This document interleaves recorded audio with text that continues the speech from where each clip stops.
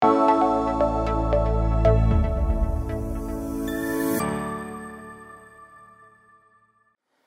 이제 실용 글쓰기 2강으로 들어가겠습니다. 최신 기출문제 강의입니다. 이론 강의와 별개의 강의이기 때문에 이론 강의는 이론 강의대로, 또 기출문제는 기출문제 강의대로 함께 보시면 되겠습니다. 자, 지난 1강에서 1번부터 문제 12번까지 이어서 왔습니다. 객관식 50문제, 상식의 문제, 보편의 문제도 분명히 있지만 외워야 하고 같이 공부해야 할 내용들도 있으니까요.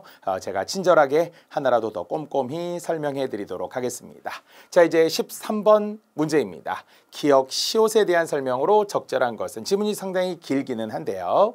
자, 소재는 호주의 크리켓 경기장, 크리켓이라고 하는 것은 야구와 약간 비슷한데요. 이게 영국에서 시작한 운동이라서 배트로 이렇게 공을 치게 되어 있는, 룰은 살짝 조금 다르다고 그래요. 야구는 9명인데 크리켓은 11명으로 하는 경기이기도 하고요. 그래서 되게 이게 좀 격식을 잘 갖추고, 영국이 원래 또 신사의 나라 이랬다 보니까 스포츠라는 것이 본디 정정당당하고 기존에 좀 룰을 지키는 좀 보수적인 측면들도 강하잖아요. 특히나 엄격한 복장 규정 등, 그러니까 예로부터 뭐 테니스도 그렇고요. 이 복장 규정 같은 거 이런 걸 좀 많이 엄격하게 해놓는 그런 종목들이 있습니다. 시대가 바뀌면 또 룰도 조금씩 바뀌어야 되잖아요. 특히 여성들에 대한, 특히 참가하는 선수들만이 아니라 주변에 이제 구경하거나 아니면은 그것에 취재하러 오는 기자들조차도 엄격한 그런 복장 규제가 있었다라는 거겠네요.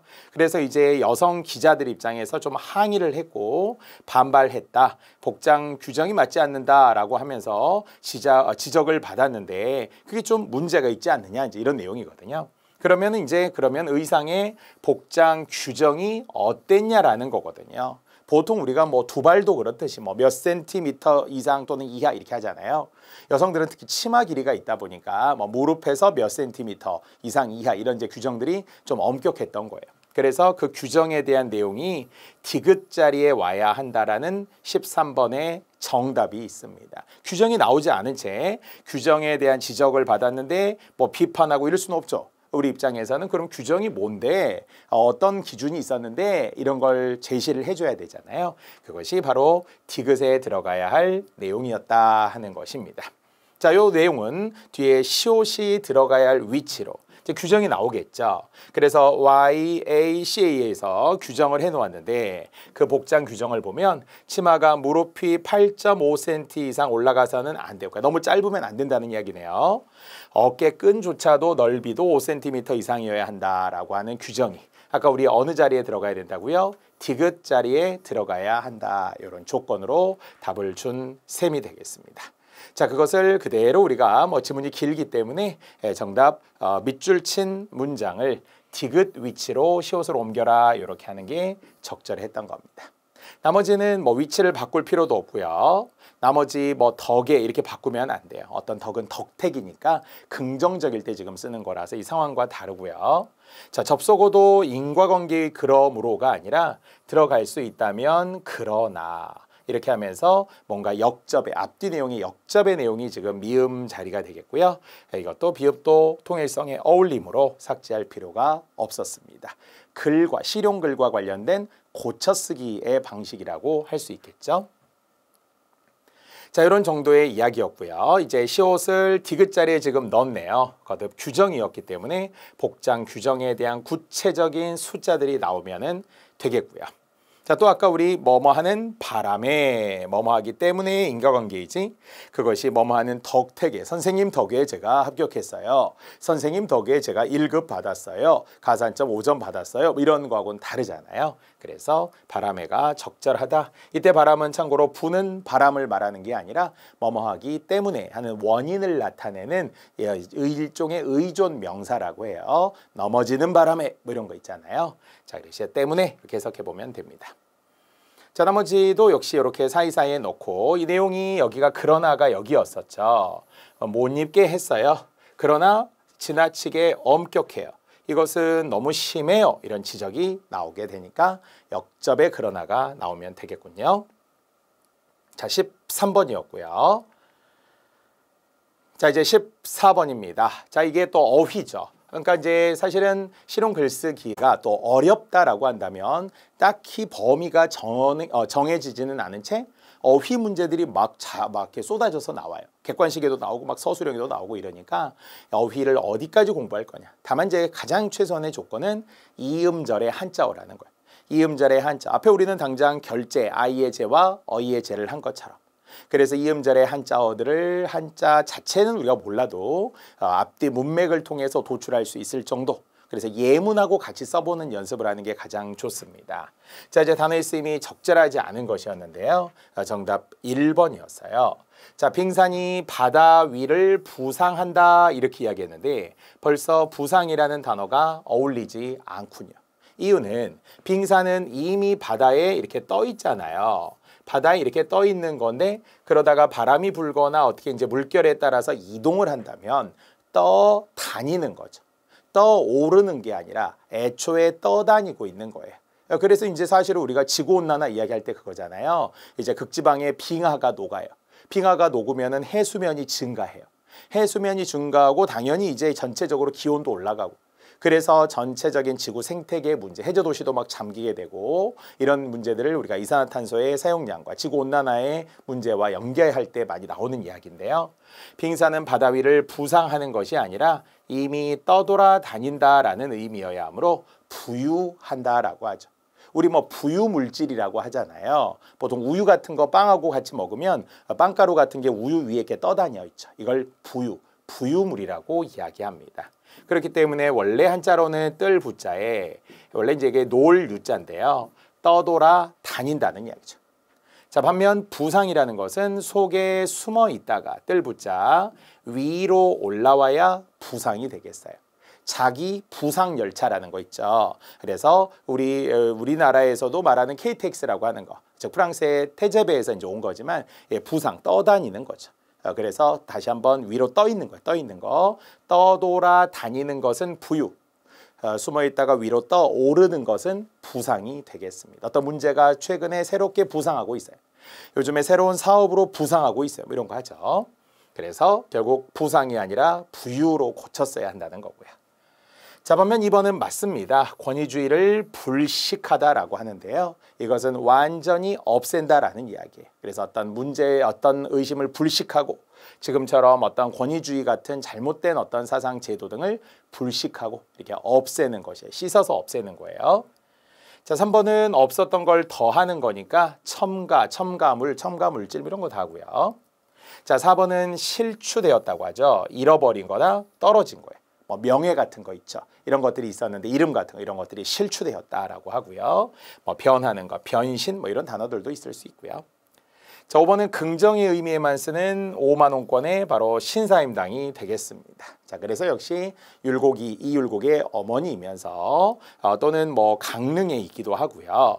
그래서 이제 신사임당 그러면은 뭐 물론 이제 한국 여성으로서는 되게 긍정적이다 이런 이야기도 하고 또 진보적인 여성 단체 입장에서는 너무 뭐 이렇게 현모양처를 강조하지 마라. 시대가 달라졌다 이렇게 말하기도 합니다만 그래도 분명한 것은 모범이 될 만한 본보기. 긍정에만 쓰는 거라고 했어요. 줄여서 우리가 모범이라고 해도 되고요. 본보기 이렇게 해도 되는 귀감이 된다라고 합니다. 자, 한자까지 한번 바꿔보았고요. 아까 얘기했지만 얘는 부유하다. 빙산은 바다 위를 떠돌아 다니는 거죠. 떠돌아 다니는 것은 부유, 위에 떠오르는 건 부상이라고 했습니다. 자, 나머지 우리 한자 포함하여서 불식, 쓸어서 없애는 거라고 했고요. 첨가하는 것이고요. 실추되는 것이고요. 귀감이 되겠습니다. 한자로 한번 바꿔드렸네요. 자, 15번입니다. 자, 문제의도 공문서 작성법입니다. 이제 우리가 이론적으로 알만한 거죠. 이것은 뭐 공부를 따로 안 해도 될 것 같은 공적인 문서라고 했잖아요. 자, 그런데 적절하지 않은 것 역시 3, 4, 5번 중에서 일상 용어보다 정확한 의미 전달을 위해 어려운 한자어를 주로 쓴다. 솔직히 말이 안 되죠. 우리가 안 읽어도 이거는 상식적으로 말이 안 되는 것 같죠. 즉 공문서에 공적인 내용을 담는 건 맞아요.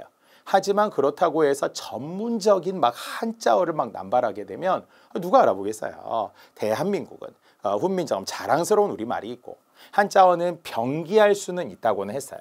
한자어를 병기하는 것은 어떨 때 실제 약간 중의성에서 벗어나기 위해서 중의성을 해소하거나 그래서 우리가 동음이의어라고 했잖아요.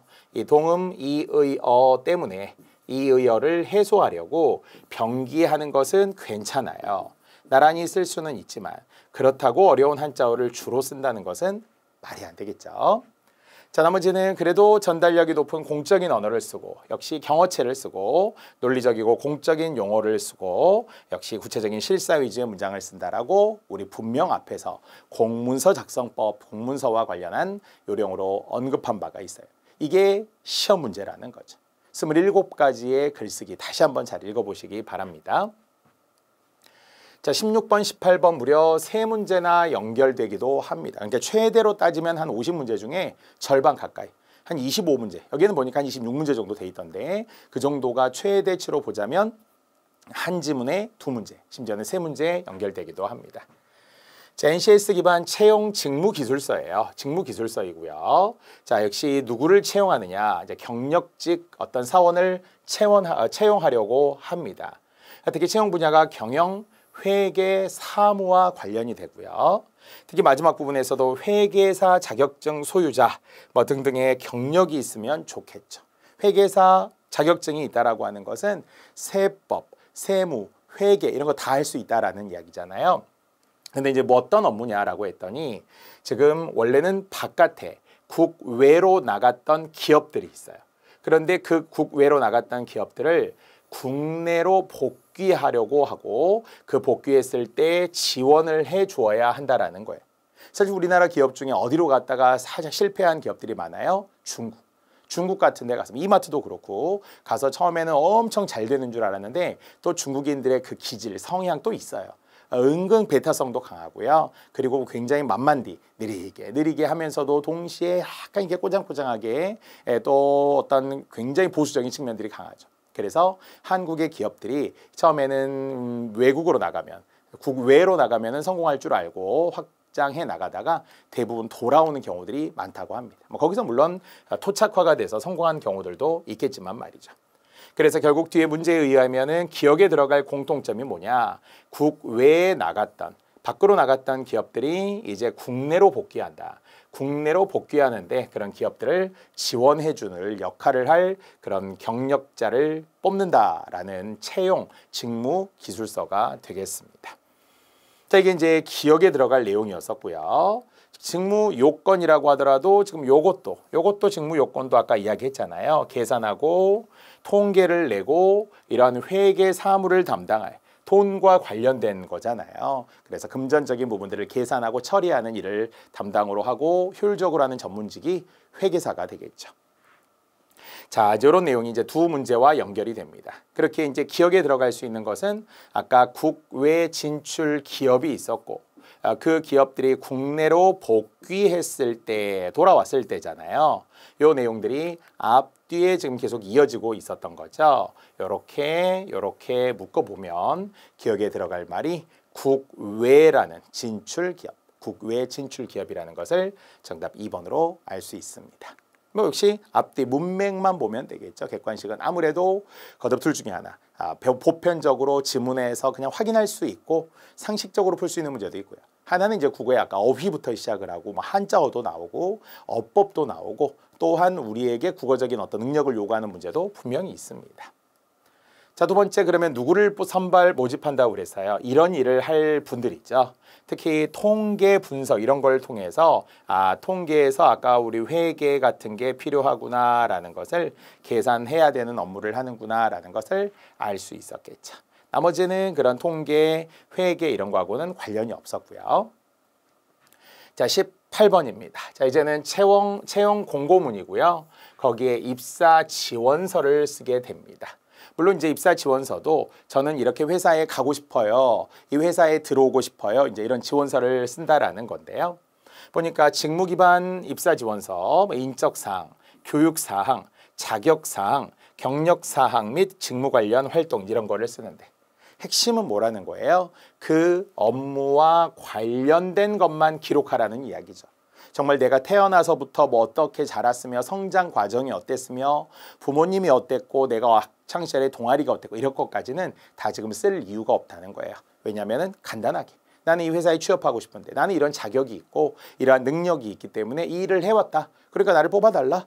이렇게 하면은 되겠죠. 그 분야와 관련된 걸 하면 된다라는 거죠. 자, 그래서 바로 자격사항에 비추어 보니까 직무 능력에 필요한 기술을 가졌는지 이런 거는 다 맞아요. 문제는 취득한 자격을 모두 기록하느냐, 그럴 필요는 없다는 이야기죠. 지금 입사 지원서의 자격사항에 의하면 이것과 관련된 자격만 넣으라는 거예요. 지금 내가 어떤 이것저것 이런 자격증이 몇 개고 막 이런 것까지는 알 필요가 없어요. 그래서 입사 지원서에서는 또 그 사항이 엄청 크지도 않아요. 딱 필요한 내용들만 기록하게 되어 있다라고 보시면 되겠습니다. 그래서 모두 기록한다는 것은 X.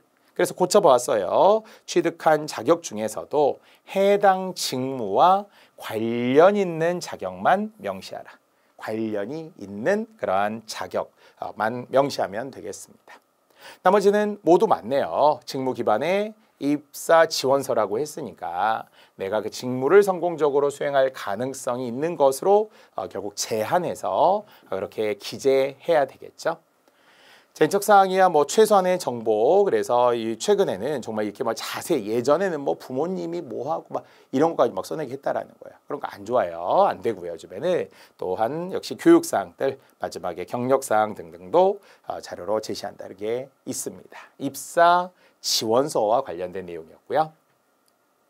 자, 이제 19번, 20번은 품위서입니다. 거듭 품위라고 하는 게 뭐라고 했어요? 뭔가 여쭈고, 정확하게는 뭐 여쭙고 의논하는 거. 그래서 상사에게라고 이야기했죠. 상사에게 여쭙고 또는 여쭈고 둘 다 돼요. 자, 그리고 의논하는데 지금 내용을 보았더니 뭔가 복합기와 관련된 일종의 어떤 소모품들 있잖아요. 사용해야 하는 기기들이 있습니다. 자, 그런데 지금 뭔가 출력을 지금 많이 하다 보니까 한 대 가지고는 안 될 것 같아요. 그래서 복합기 2대를 임대하여 사용하고자 합니다. 어떻게 할까요? 이렇게 이제 품위를 하게 되었다라는 거죠. 당연히 사원 입장에서는 이런 사무기기들 또는 뭐 소모품들이 많이 이제 쓰이게 되고, 특히 이런 프린터나 아니면은 이런 뭐 어떤 출력하는 기계 이런 게 과부하가 될 때가 있죠. 한쪽에서 막 몰려올 때. 그러면은 하나 더 사야죠. 근데 요즘에 이제 사는 것보다는 대여하는 것이 훨씬 더 관리도 잘 되고 금액도 저렴해서 직접적인 것보다는 간접적으로 대여하는 경우들을 많이 하거든요. 그래서 복합기 2대를 임대하여 사용하고자 합니다라고 여러 가지 함께 조건들, 넘버 이런 것들을 금액까지도 다 잘 써 놓았습니다. 자, 그러면 이제 이것과 관련된 두 문제가 이어지게 되겠네요. 뒤에까지도 했어요. 금액을 어떻게 2대를 임대했을 때 산출하게 될 것이냐, 기간은 어떻게 되느냐, 이런 것도 다 들어있네요. 자, 그렇다면 지금 첫 번째 묻고자 하는 게 뭐였냐라는 거예요. 지금 복합기, 지금은 업무용으로 프린터 한 대, 복합기 한 대 이렇게 사용하고 있는데 또 오래 사용하다 보면 아무래도 노후가 되고 그래서 수리비 과하다, 고장 이런 게 생기니까 복합기 2대, 특히 총무팀의 업무 진행 때 출력이 많아서 2대를 임대하여 사용하고자 한다라는 것이 핵심 내용이 되겠습니다. 그래서 다시 한번 우리가 원하는 것은 총무팀에서 업무용으로 쓰니까 가압장이 막 많이 몰려서 이게 안 된다. 그래서 이제 복합기를 장기 대여하고 싶어요 라고 하면서 품위했다라는 이야기죠. 그러면 그래 그렇게 하면서도 결제, 아이의 결제 사인해주고 도장 찍고 그러면 이제 연락을 해서 대여하겠습니다 이렇게 이제 하겠죠. 그 과정을 거쳐야 하는 거고요. 자, 두 번째 이제 첨부할 내용들이 있어요. 조금 더 부족한 내용이 있어서 조금 더 자세히 첨부해야 합니다. 야, 너 견적서 가져와봐. 너 뭐 비교해 보았어? 다른 데랑 비교해서 지금 된 거야, 안 된 거야? 이런 것도 알아볼 수 있겠죠. 자, 그런데 문제는 아까 총무팀이 업무가 지금 많아서 그래서 지금 한 대 가지고도 부족하고 돈도 많이 들어 이런 이야기 했는데, 그래 그러면 총무팀의 업무량이 얼마나 증가했는지 추의, 원래는 이게 이제 추이라는 것이 시간의 흐름에 따라 변하여 가는 일, 줄여서 변해가는 것을 우리가 추의라고 이야기하죠. 보통 우리가 뭐 추이를 지켜보다 뭐 이런 거 하잖아요. 그래서 어떻게 변했는지, 좋아, 그러면은 작년에 얼마나 했고 올해 얼마나 했어, 업을 어떻게 늘 건데, 이런 추이를 막 표로 만들어. 그건 아니라는 거죠. 왜냐면 어차피 복합기가 지금 하나 더 필요하다라는 것이고요. 임대하는 게 좋다라는 것이고요. 물론 총무팀에서 지금 업무가 늘어났기 때문에 지금 부족합니다라는 것을 객관적 사실로 받아들이고 그래서 거기에서 이걸 어떻게 비교했느냐, 견적선을 뽑아봤느냐, 정말 이게 관련이 잘 되는 이런 거는 할 수 있으나 얼마나 늘었는데 이렇게까지는 알아볼 필요는 없겠죠. 그래서 4번은 적절하지 않은 것에 답이 되겠습니다. 자, 이렇게 우리는 두 문제 품위서와 관련된 또 실용글로 알아보았고요. 그러니까 그냥 단순한 글을 보고 알아보든 아무거나 고쳐 쓰고 이런 게 아니잖아요. 실용글이 되겠습니다. 자, 이제 기획서입니다. 역시 기획서의 초안이 되겠고요. 자, 물음에 답하시오 그랬습니다. 자, 여기서 이제 말하려는 소재는 물론 이제 뭐 서문도 있고요. 기획 배경도 있고요. 기획 목적도 있고요. 이제 광고를 하자라는 이야기네요. 특히 영유아 전용 세제가 있어요. 사실 엄마들이 또 뭐 부모가 요즘에는 한 자녀 정도, 뭐 두 자녀도 있고 뭐 많이도 있습니다만 그러니까 그래도 프리미엄급 좋은 걸 많이 이제 아이들에게는 특히 뭐 한다고 하잖아요. 특히 아이들 입는 옷이라든지 뭐 장난감이나 아니면은 뭐 심지어는 유모차나 이런 거 되게 비싸고 좋은 거 쓰려고 하거든요. 능력만 있으면. 자, 그런데 이제 이 전용 세제를 한번 만들어 보고 싶고 광고하려고 한다는 거죠. 천연 재료로 만든 세제이기 때문에 좋다. 알리고 싶다 그랬어요. 제품은 있고요. 100% 천연 재료예요. 이렇게 이제 광고를 하려고 합니다. 그래서 이런 광고 내용들도 이런 내용들이 이런 이벤트도 있고 매체를 통해서 하려고 합니다. 자, 특히 이제 우리가 실용글의 글쓰기에 중 이런 용어가 굉장히 많았죠. 세부적인 사항은 어떻게 한다고요? 붙임 자료를 맨 마지막에 넣어서 뒤로 빼라. 왜? 지금 결국 하나하나 각각 따로따로 있는데 벌써 우리가 이미 세부적이라고 하는 것이 정말 자세하다라는 거죠. 근데 자세한 걸 막 중간에 막 너무 깊이 넣을 이유가 없잖아요. 뒤로 빼라는 거죠. 붙임을 통해서. 그렇죠? 이런 게 우리 문서에서 굉장히 중요한 거고요. 필요한 겁니다. 자, 이게 이제 우리 두 문제와 연결되어 있었으니까 이러한 지금 기획서에 의하면 서문, 배경, 목적, 뭐 기간, 내용 이런 것들을 자세히 넣는다라는 게 지금 영유아 세제와 관련 100% 천연이다 이러면 또 우리 부모들이 또 좋아하잖아요. 아이들 피부에 닿는 거라서. 자, 지금 우리가 이야기하는 위와 같은 글이 기획서였고요. 기획서의 초안이라고 했습니다. 자, 이제 적절한 것이기 때문에 문제 해결 요건을 충족하고 공감과 흥미를 불러일으켜 채택될 수 있도록 한다. 맞아요. 이거 우리 했어요. 그래서 기획서를 짤 때는 결국은 여러 가지의 기획서가 있을 수 있고 이 광고가 결국은 광고로 돈을 써야 되는 거니까 이제 위에서 평가를 하겠죠. 판단을 내리겠죠. 이거 괜찮은데요, 기획서? 이거 우리 한번 실행해 보자고. 그러면은 결국은 그게 타당해야 된다라는 거고 이게 흥미와 또 목적에도 잘 맞아야 되고 흥미도 있어야 되고 목적에도 잘 맞아야 되고요. 이렇게 해결 요건도 충족될 때 이것이 기획서로서 타당하더라 그렇게 했습니다. 자, 하지만 뭐 나머지들을 비춰보니까 이게 기획서가 아니라 이제는 투자를 유치하고 공유하는 것은 제안서예요. 기술을 담보로 하는 걸 제안서라고 하고요. 또는 지금 2번에서도 의사결정 사항에 대한 뭐 등등을 계획을 구체적으로 기술하는 것은 이제 보고합니다. 자, 한번 보고해봐. 이렇게 해서 이제 결정이 됐어요. 이걸 보고해 드릴게요. 이렇게 하는 거고요. 자, 4번도 역시 보고서네요. 작성자 이해관계 선입견을 배제하고 과거 사례 등 타 부서의 의견 등을 검토하여 작성하는 게 보고서입니다. 자, 3번은 또 제안서죠. 그래서 창출할 수 있는 제품, 서비스 등을 제시하고 뭐 등등 구체적인 방법 운영을 소개하는 것은 제안서. 그러니까 여기는 보니까 제안서가 2번 나왔고요. 보고서가 있고요. 기획서가 있었다라는 거죠. 그러면 기획서 중에 기억나는 것은 지금 영유아와 관련된 어떤 세제, 그래서 제품이죠. 영유아와 관련된 그런 천연의 성분이 들어있는 그 세제와 관련하면서 광고를 지금 하려고 했던 거잖아요. 그 내용들이 우리가 앞으로 돌아가서 보더라도 앞에 핵심 내용에 들어있었던 기획서 초안이었다라는 거예요. 영유아 전용 세제를 그래서 광고하려고 합니다. 그러니까 이게 좀 좋은 제품이기 때문에 이걸 우리가 한번 해봅시다. 이렇게 이제 제안을 하게 된, 그러니까 기획을 하게 된 거죠. 그래서 이제 받아들여야 되네. 핑미 저를 뽑아주세요. 이렇게 한다고 했었고요. 자, 이런 내용이 한 문제가 있었고요. 자, 22번으로 가볼게요. 자, 그러면 이제 윗글을 보고 상사가 쓴 평가로 적절하지 않은 것이에요. 그러면은 세 가지는 좀 적절한 평가였다 이렇게 보고요. 하나가 관계가 없는 게 있었네요. 잠깐 우리 이야기했었죠. 세부 사항은 어떻게 하는 게 좋다? 붙임 자료로 맨 뒤에 그래서 부가해서 넣는 것이 좋은 거지 본문에 구체적으로 쓰라는 게 말이 안 되죠. 지금 여러 가지의 작은 제목이 지금 붙어 있었고 뒤에 이제 세부 사항들은 따로 빼주는 것이지 세부 사항부터 중간에 막 자세히 넣는다? 그럼 읽다가 막 지칠 거예요. 잘못 짰다고 할 거예요. 기획서도 안 써봤니? 이렇게 할 거예요. 뒤로 빼라 이렇게 해야 되겠죠. 자, 반면에 이제 목적이나 전략이 좀 비슷해 보여서 혼재되어 있다 이런 지적을 할 수 있고요. 뭐 이러한 항목 구분을 또 잘해야 된다. 목적과 전략과 실행 기획 이런 것들이 좀 명확하게 나누어져 있어야 되고 또 어떤 내용이 좀 반복된 것 같아서 통합하는 것이 좋다라고 기획서의 초안이다 보니까 좀 부족한 부분을 바로 잡는 것이 또 상사 입장에서의 조언이 되겠죠. 반면에 붙임을 중간에 자세히 넣어 이런 건 이제 잘못되는 거고요. 22번이었습니다.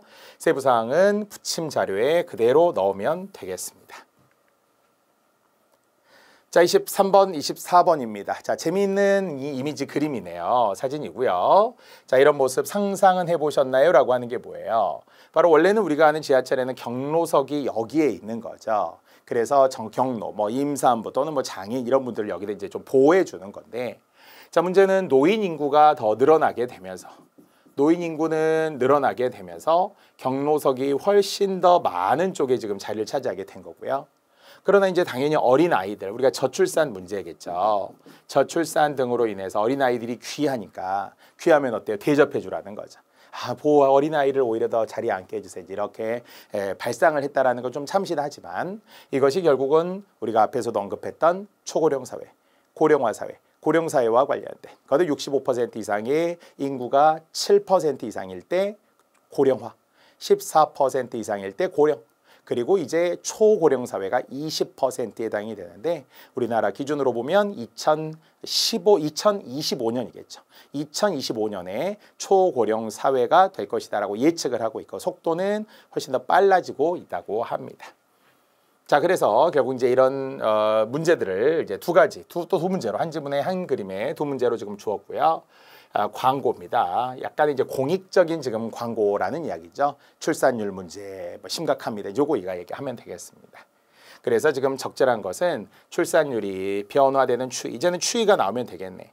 그래서 아까 이야기했던 1970년대부터 시작을 해서 출산율이 결국은 점점점 줄어든다는 이야기 아니겠습니까?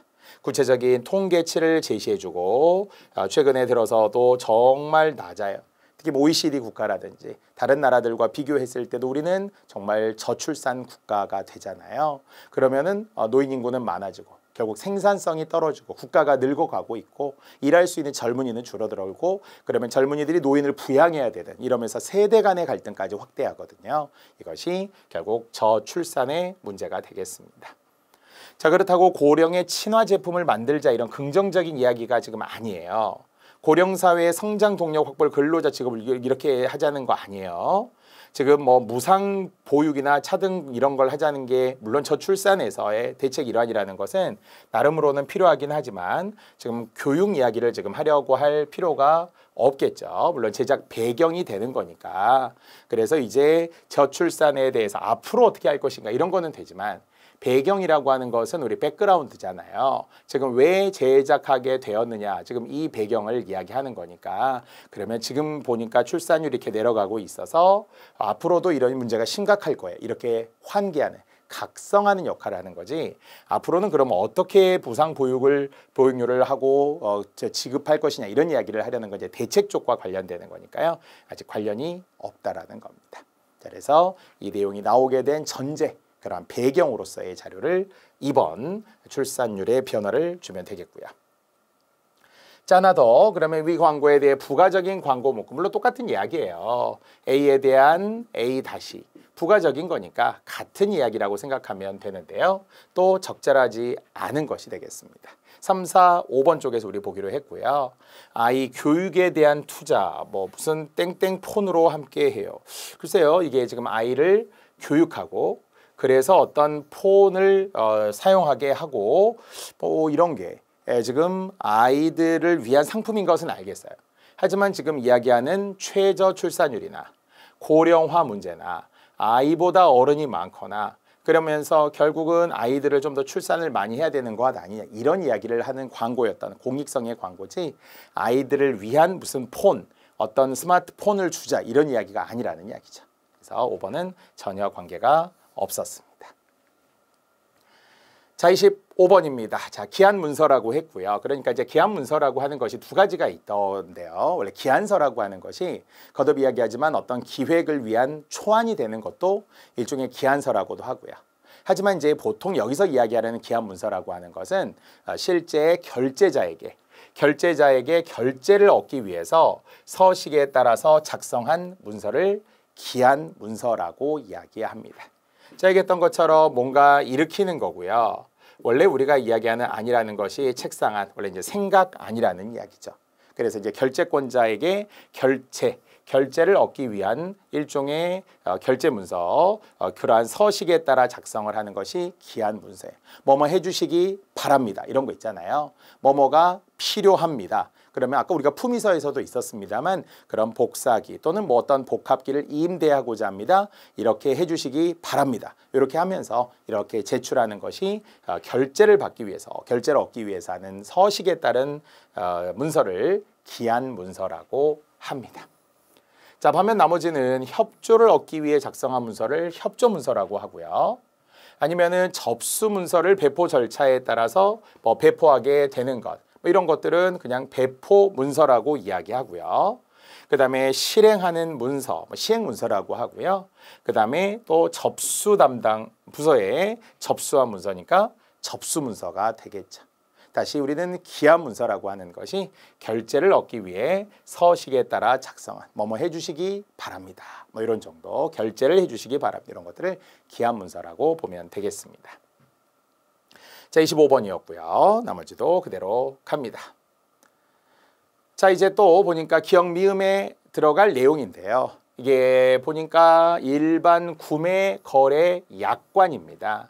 이제 어떤 것을 계약을 했으면 그 계약에 대한 세부적인 내용들을 넣게 되겠죠. 보통 우리가 어떤 뭐 보험 같은 거 이런 거 이제 가입했을 때 정말 보이지도 않는 세부적인 약관들이 있죠. 그럼 우리 이제 소비자 입장에서도 잘 알고 있어야 된다 이런 말을 하는데 사실 잘 봐도 모르겠더라고요. 근데 이런 이제 제목들이 각각 나와 있죠. 제1조 적용 범위, 제2조, 제3조 이런 게. 물론 앞뒤에 다 힌트가 있어요. 그래서 미리미리 제가 이 페이지 안에서 한번 글자들을 넣어 보았고요. 첫 번째 납품, 그 다음에 검수한다라는 거죠.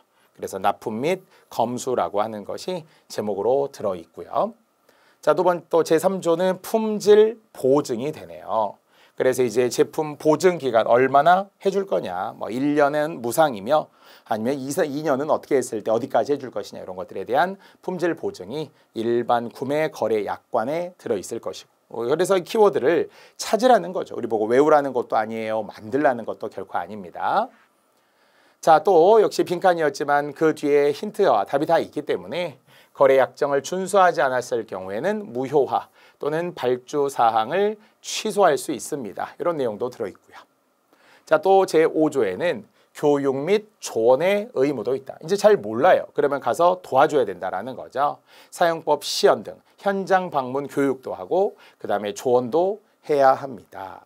우리도 생각해보면 뭐 노트북 하나 구입을 하더라도 그런 담당 기사분이 와서 설치도 해주고 아니면은 또 즉각적으로 전화를 통해서 궁금한 거 있으면 상담도 해주고 24시간 뭐 내내 이렇게 뭐 해주고 출동도 해주고 이렇게 하잖아요. 이런 것들이 또 교육 및 조언의 의무가 있더라라는 거고요. 자, 마지막 권리, 의무, 양도, 금지라고 하는 게 있어요.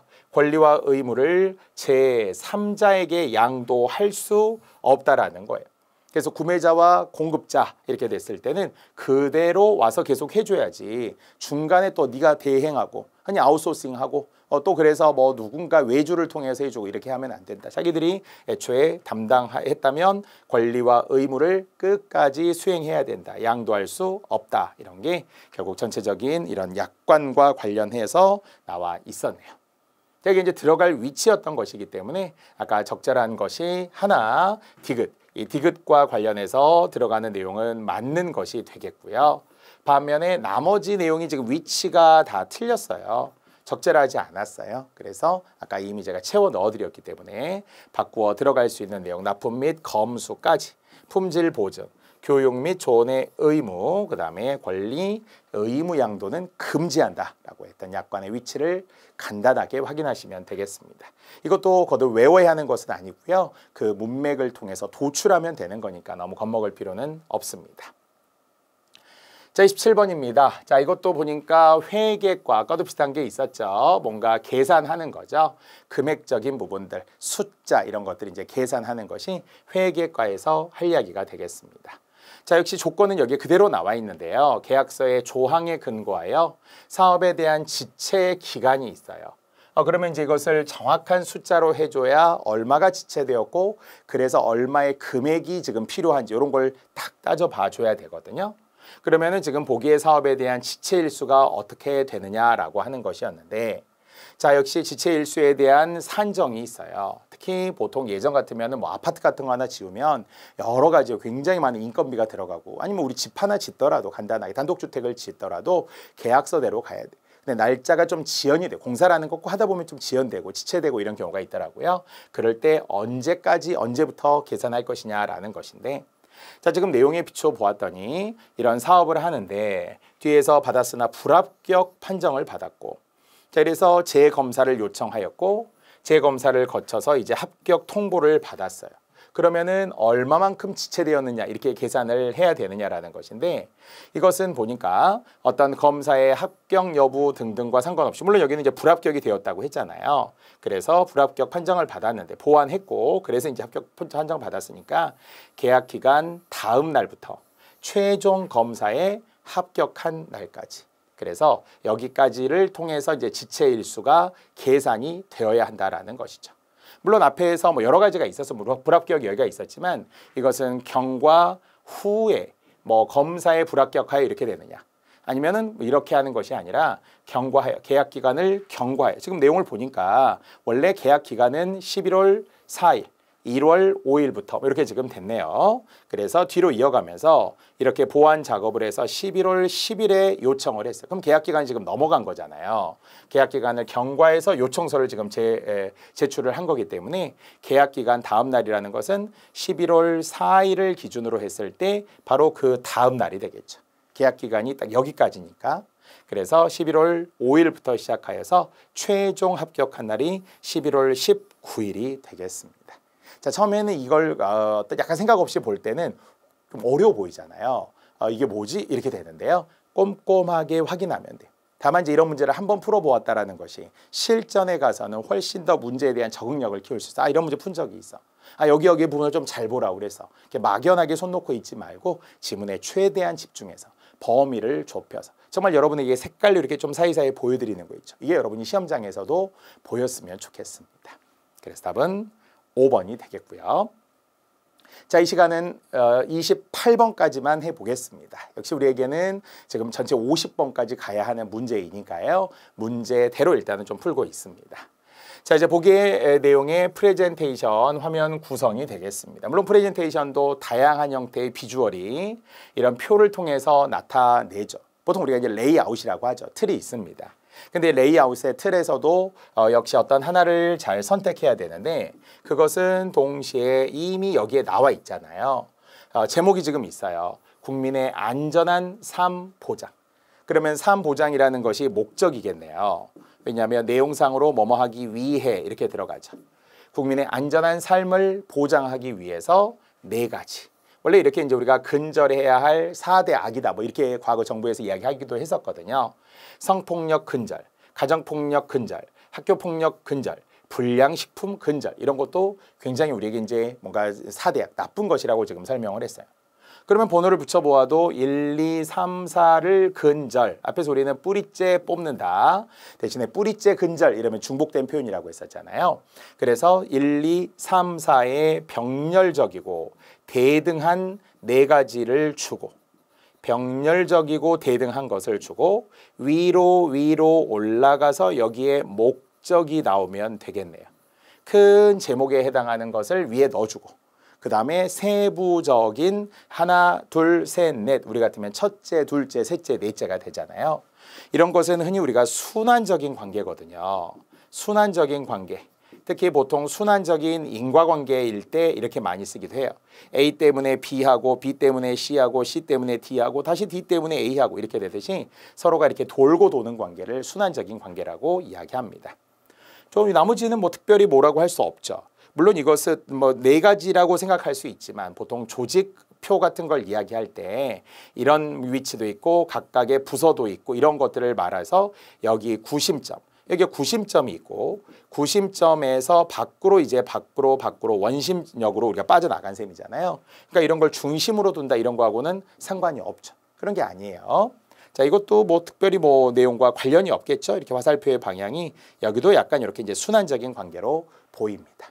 그래서 대등병렬한 것을 네 가지 펼치고 제일 위에 상위적인 목적을 준 일종의 레이아웃이 이게 화면 구성이 정답 1번이 되었다라고 하는 거네요. 자, 여기에 올리는 것은 1번이 되었습니다. 자, 이렇게 해서 우리는 지금 2강까지 해서 제 문제수로 보니까 평균적으로 약 14문제, 앞에서 우리가 12문제 풀었고요.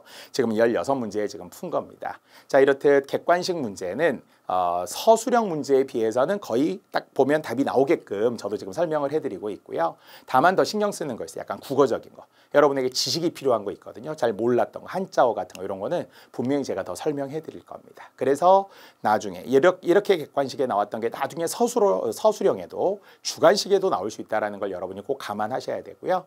또 뒤에 이제 이어지는 서술형 문제를 하게 되면 여러분이 더 재밌을 거예요. 오, 진짜 이렇게 하니까 좋은데 선생님이 이렇게 짚어주니까 이제 보이는구나. 실제 시험 볼 때 도움이 되겠구나라는 것을 제가 또 자신 있게 소개할 수 있습니다.